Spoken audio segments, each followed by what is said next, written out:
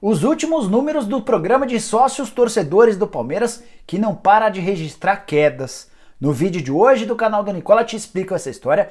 Quero te falar sobre a possibilidade de, pela primeira vez desde sua fundação, o São Paulo ter a eleição para presidente decidida pelo sócio. Para finalizar, preciso te contar também sobre o primeiro clube brasileiro que demitiu todos os seus jogadores por conta da paralisação dos campeonatos, além do pânico no Rio Grande do Sul com Grêmio e Internacional por causa da pandemia.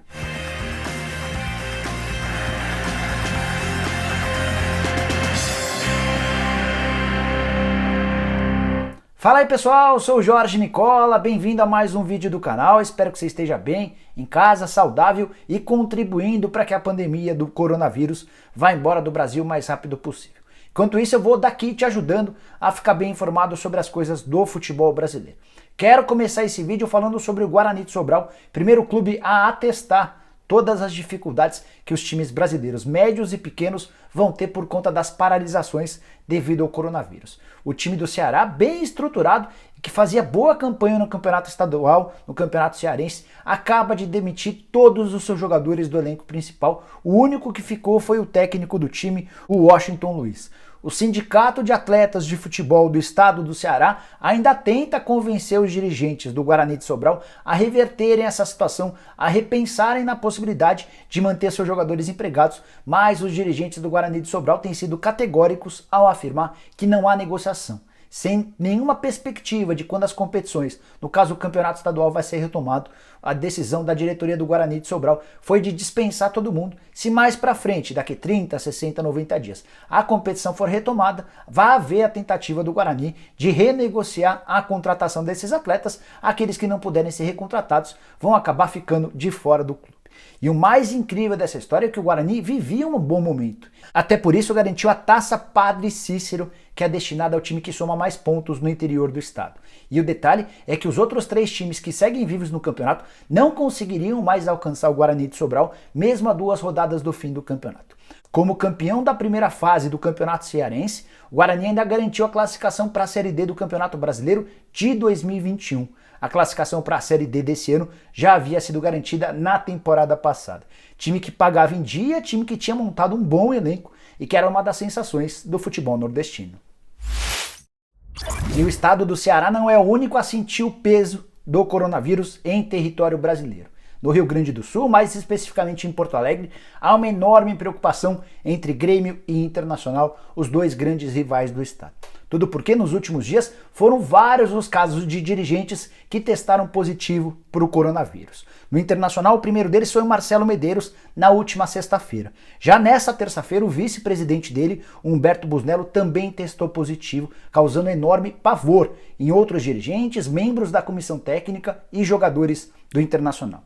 A situação no Grêmio é pior ainda. Além do presidente Romildo Bolzan, também testaram positivo para o coronavírus. O vice-presidente Marco Bobzin, além dos dirigentes Cláudio Oderich e Eduardo Fernandes. Os jogadores do Grêmio, a comissão técnica e os outros dirigentes passam bem e não têm sintomas. O mais curioso dessa história é que todos os dirigentes infectados estiveram juntos no dia 12 de março, véspera do Grenal da Libertadores. Houve um jantar de confraternização entre os dirigentes. E é bem provável que lá, naquele jantar, sem que ninguém apresentasse sintomas, o vírus tivesse a oportunidade de se espalhar entre vários dirigentes.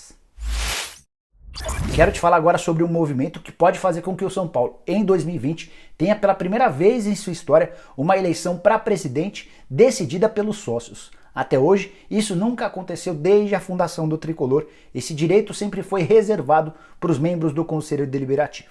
É importante contar para você que toda essa história já havia começado envolvendo o presidente Leco. E é importante contar para você que alguns dias atrás o presidente Leco teve a oportunidade de repassar esse assunto para que fosse votado no Conselho Deliberativo.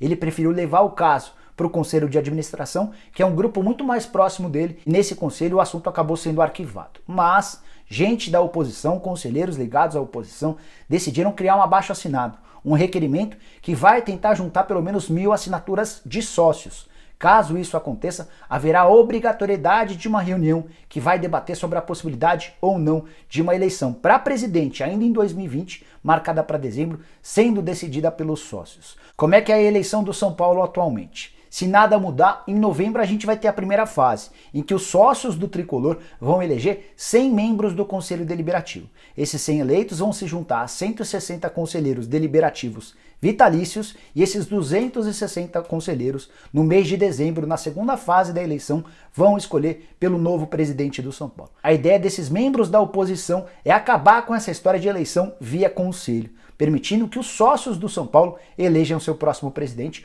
Hoje o São Paulo tem cerca de 5.200 sócios adimplentes, ou seja, com capacidade de votar. Aqueles que são contrários à ideia do sócio eleger o presidente sempre batem na tecla de que dentro do quadro de associados do São Paulo há corintianos, palmeirenses, e então caberia a eles também a eleição de um presidente. Conversei com Denis On-Road, que é conselheiro de oposição e um dos caras que tem pego assinaturas para esse requerimento, e o Denis disse que isso é desculpa de São Paulino fraco. Seja como for, ele e outros aliados dele já conseguiram 300 assinaturas, restam mais ou menos 700 para que essa reunião extraordinária seja convocada. É bem verdade que por conta do coronavírus ninguém tem ido ao Clube Social do São Paulo e por isso essa lista deve ser adiada para os próximos meses.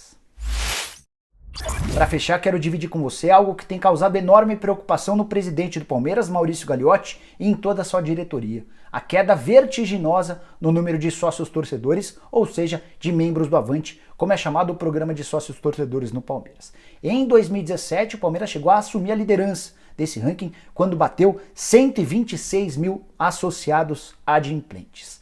A última conta que eu tive acesso, e esse número me foi divulgado por um membro do COF, Conselho de Orientação Fiscal, dá conta de que hoje o Palmeiras só tem 50 mil sócios adimplentes. E a tendência é de que nas próximas semanas, com a paralisação dos campeonatos, esse número caia ainda mais. E é natural que o Palmeiras atinja seu menor número em vários anos. Vale lembrar que quando tinha esses 126 mil sócios adimplentes, o Palmeiras era capaz de faturar 3 milhões de reais livres de impostos por mês, ou seja, 36 milhões de reais por ano. Esse número é muito sólido, muito forte no futebol brasileiro. Nenhum clube, com exceção do Palmeiras, tem um patrocínio master tão alto, com 36 milhões de reais. E o Palmeiras é a exceção por conta do acordo, que também tem um viés político com a Crefisa da Leila Pereira. Só a título de comparação, o Flamengo, que é campeão brasileiro da Libertadores e tem mais de 40 milhões de torcedores, teve no ano passado um patrocínio de 15 milhões de reais, só para você entender o quanto valem esses 36 milhões obtidos pelo Palmeiras em outras épocas durante uma temporada por conta dos sócios torcedores. Com essa queda para 50 mil associados e com a perspectiva de ver esse número cair ainda mais, o Palmeiras deve faturar algo na casa de 12, 13 ou no máximo 14 milhões de reais com o sócio torcedor nessa temporada. E a queda nos próximos dias ou nas próximas semanas é mais do que natural, porque além de não ter o jogo para assistir, o torcedor também pode sofrer com a crise, com a recessão que se avizinha em território brasileiro. Então, uma das primeiras providências que um torcedor do Palmeiras em dificuldades faria, certamente seria parar de pagar a mensalidade do sócio Avante. Vale lembrar que em fevereiro desse ano, o presidente Maurício Gagliotti rompeu o contrato com a Futebol Card, que era responsável por cuidar de todo o programa Sócio Avante. É bem verdade que havia uma série de reclamações de torcedores do Palmeiras em relação à empresa. E essa empresa custava 30% do faturamento líquido ao Verdão. O Palmeiras ainda não anunciou acordo com uma substituta, mas dentro do Palestra Itália, há quem garanta que uma empresa da Europa assumirá esse cargo. Bom, pessoal, eram essas as informações que eu queria dividir com vocês. Espero que tenham curtido o vídeo e as informações. Quem curtiu, não esquece de dar um like por aqui, se inscrever no canal, só apertar o botãozinho vermelho de inscreva-se, que sempre aparece por aqui. Aproveita e aperta também o sininho para ser notificado. Toda vez que eu fizer vídeo novo ou live, use o espaço para comentários, para deixar opinião, sugestão, dúvida, crítica, seja lá o que for. E quem tem Instagram, me segue por lá, no @JorgeNicola. Tô sempre postando na minha conta do Instagram vídeos que eu faço aqui no YouTube. Beleza? A gente se vê em breve. Tchau, tchau!